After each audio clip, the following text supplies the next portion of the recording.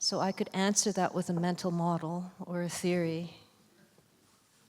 But if I'm really honest with myself, I don't know.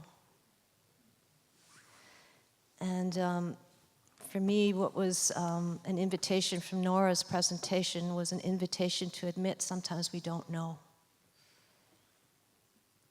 And from that space, something incredible can come. From the space of ignorance, something very destructive can also come. The problem is when we don't know that we don't know.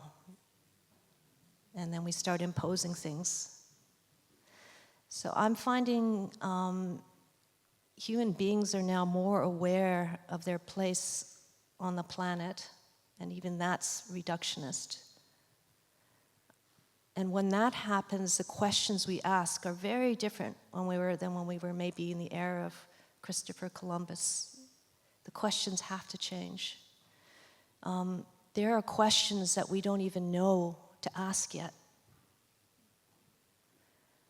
Those are the kinds of questions that maybe keep us up at night, the anxiety, but we can feel them.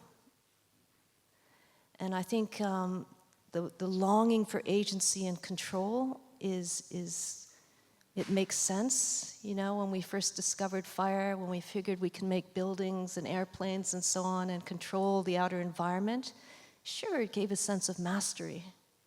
And it produced some beautiful things. And now we're reaching another edge that is in some ways extending beyond materiality, where we are not in control.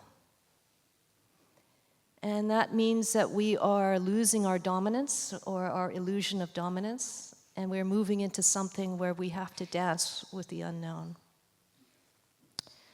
And that's not a dance you necessarily want to participate in. Maybe you want to stay a wallflower and let other people dance that dance, but we are being invited into it. And that's why I come back into this idea of what is the practice, what is the ritual, what is the prayer, what is the inner well that you can draw on when those questions that we don't even know how to ask yet are beckoning.